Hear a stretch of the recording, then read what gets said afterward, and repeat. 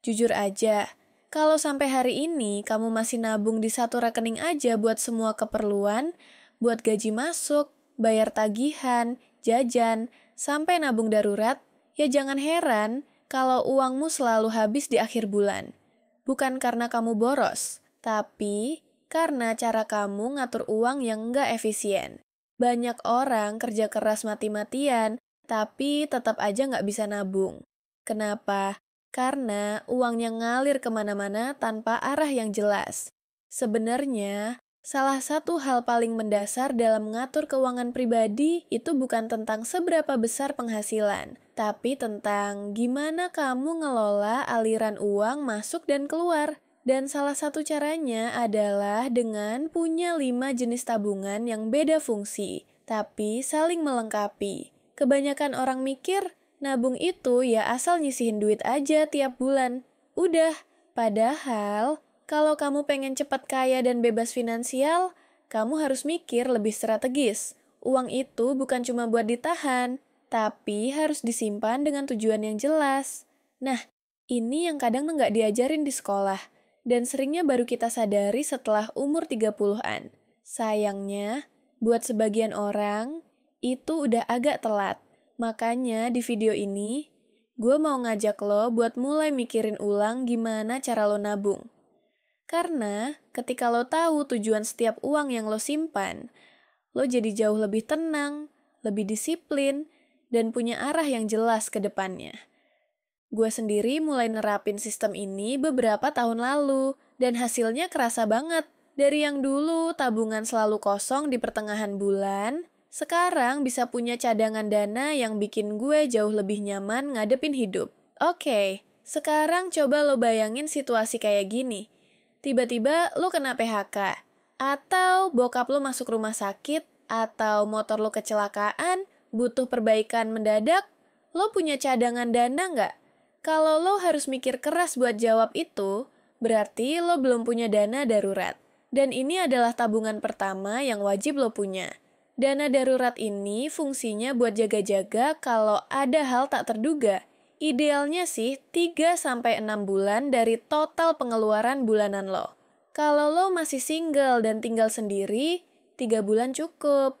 Tapi kalau udah punya tanggungan, mending siapkan 6 bulan.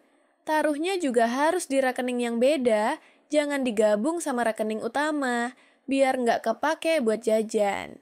Gue punya temen yang waktu awal pandemi 2020 kehilangan pekerjaan. Tapi karena dia udah nabung dana darurat dari 2 tahun sebelumnya, dia bisa bertahan sampai dapat kerja baru tanpa perlu utang atau minjem ke orang tua. Lo nggak akan tahu kapan musibah datang. Tapi kalau lo siapin dari sekarang, lo bakal lebih kuat ngadepinnya. Lanjut, tabungan kedua yang harus lo punya itu tabungan buat kebutuhan bulanan.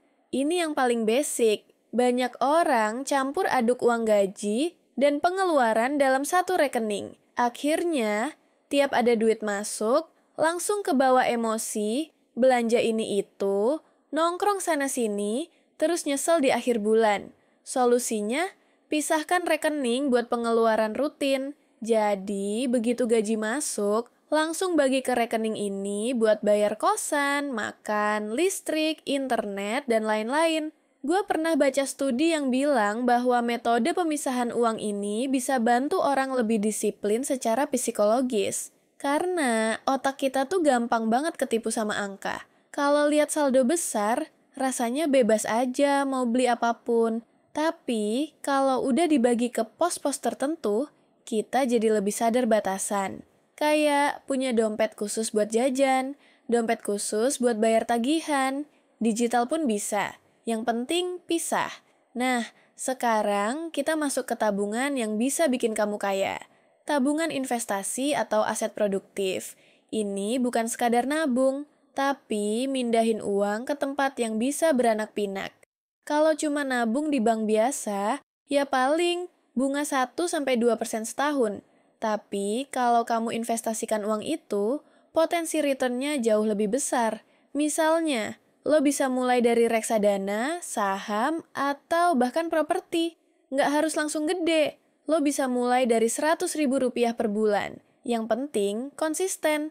Jangan tunggu punya duit banyak dulu baru mulai investasi. Karena faktanya, waktu lebih penting dari jumlah uang. Semakin cepat lo mulai, semakin besar potensi uang lo tumbuh. Ingat, compounding itu magic banget kalau dikasih waktu yang cukup. Ada seorang karyawan bernama Budi. Dia mulai investasi reksadana dari umur 25 tahun, nyisihin 500.000 per bulan. Di umur 40, tabungannya udah tembus lebih dari 250 juta. Padahal dia nggak pernah dapat gaji fantastis. Tapi karena dia konsisten, hasilnya nyata. Sekarang, ada jenis tabungan yang sering dilupain, tapi sebenarnya bisa bikin lo lebih semangat nabung. Tabungan buat tujuan spesifik. Jadi, misalnya lo pengen nikah tahun depan, atau liburan ke Jepang, atau beli laptop baru. Jangan cuma disimpan di angan-angan. Bikin satu rekening khusus buat tujuan itu. Kasih nama yang jelas. Liburan Tokyo 2026, misalnya. Ini bukan soal gimmick, tapi secara psikologis, kasih nama ke rekening itu ngebantu otak kita ngeliat tujuan lebih nyata. Dan kita jadi lebih semangat buat disiplin nyisihin uang ke sana.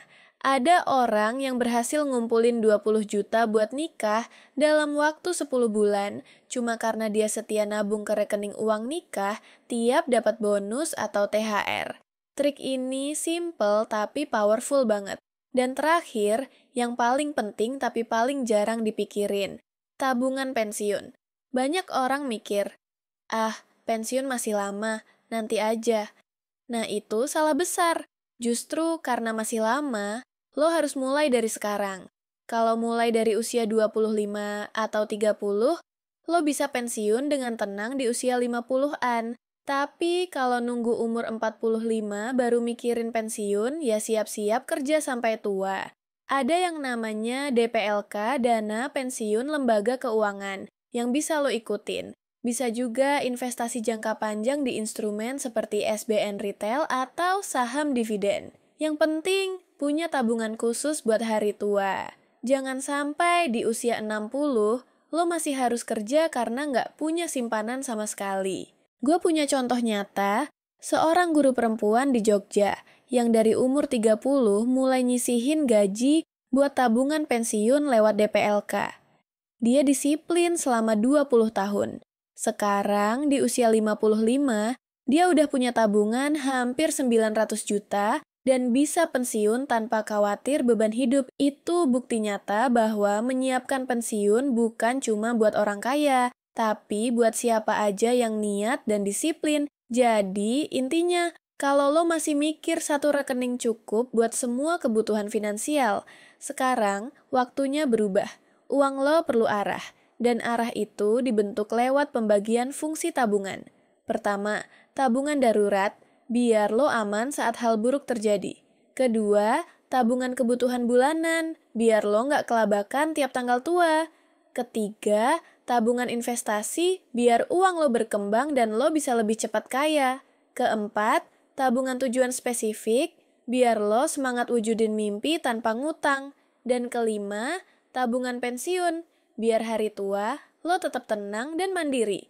5 jenis tabungan ini bukan cuma soal gaya hidup atau teori doang. Ini soal fondasi buat kebebasan finansial.